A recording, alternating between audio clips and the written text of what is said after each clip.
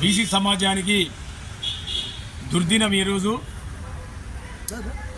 Congress party government ఏదైతే 42% ఇస్తామని కామారెడ్డిలో వాగ్దానం చేసిందో ఆ వాగ్దానాన్ని తూచా మంత్రంగా నిలబెట్టుకపోగా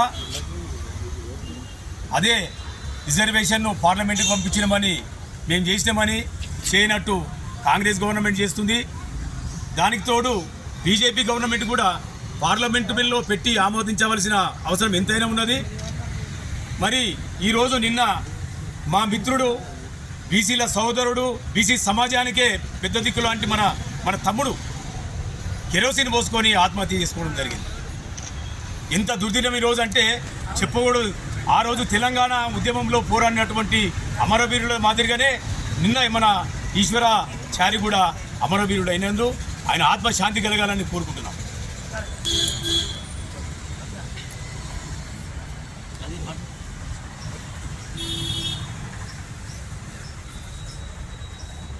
బీసీలకు 42% రిజర్వేషన్ ఇస్తామని చెప్పి ఆశ లేపి ఆ ఆశ వమ్ము చేసి బీసీలకు అన్యాయం చేసిన సందర్భంగా బీసీ యువకులు మనోవేదనకు గురై మాకు వచ్చిన హక్కును మా నోటికాడ ముద్దను కొట్టేస్తున్న ఈ ప్రభుత్వం మా బీసీలను అణగదొక్కుతుందనే ఆవేదనతో ఈశ్వరాచార్య అనే మా బీసీ యువకుడు కిరోసిన్ పోసుకొని ఆత్మహత్య చేసుకోవడం ఈ ప్రభుత్వానికి చిగ్గుసేటు, ఈ ప్రభుత్వాలకు చిగ్గుసేటు.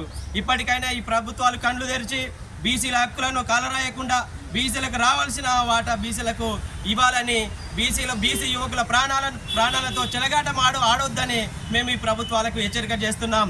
ప్రతిపక్షాలు కూడా గట్టిగా గొంతు కలిపి ఈ ప్రభుత్వాలు కళ్ళు తెరిచి బీసీల హక్కులను అమలు చేసే వరకు ప్రతిపక్షాలు కూడా గట్టిగా పోరాడాలని మేము ప్రతిపక్షాలకు కూడా విజ్ఞప్తి చేస్తున్నాం.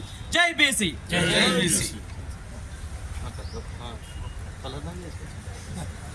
అందరికి నమస్కారం. మరి ఈరోజు నిజంగా ఎంతో బాధాకరమైన సంఘటన జరిగింది.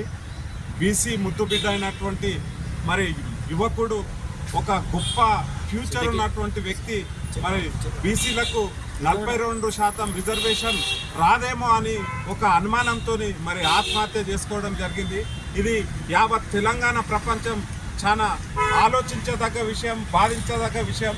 ఎందుకంటే ఆ రోజు ఎలక్షన్స్ టైంలో కాంగ్రెస్ పార్టీ బీసీలకు 42% రిజర్వేషన్ కల్పిస్తామని ఒక ఆశ పెట్టి ఈరోజు ఆ యొక్క ఏదైతే వాగ్దానం చేసిందో ఆ వాగ్దానాన్ని తుంగలో తొక్కి మరి ఎలక్షన్కు వెళ్ళడం జరిగింది.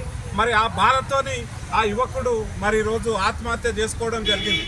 ఈ పాపము ఎవరిది అంటే ఈ కాంగ్రెస్ పార్టీది, మరి కేంద్రంలో అధికారంలో ఉన్న బీజేపీ పార్టీదని ఈ సందర్భంగా నేను తెలియజేస్తున్నాను.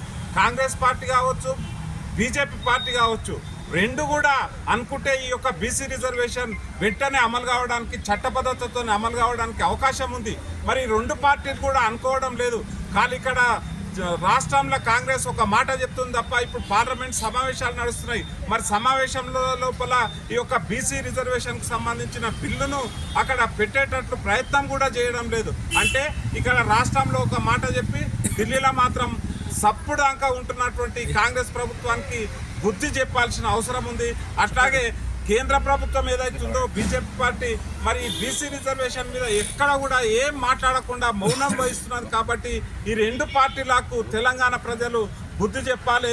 ఈ మరణాలు ఇటువంటి జరగకుండా ఉండాలంటే ఈ ప్రభుత్వాలదే ఈ పాపం, కాబట్టి వాళ్ళే నిర్ణయం తీసుకోవాలని తెలియజేస్తున్నాను.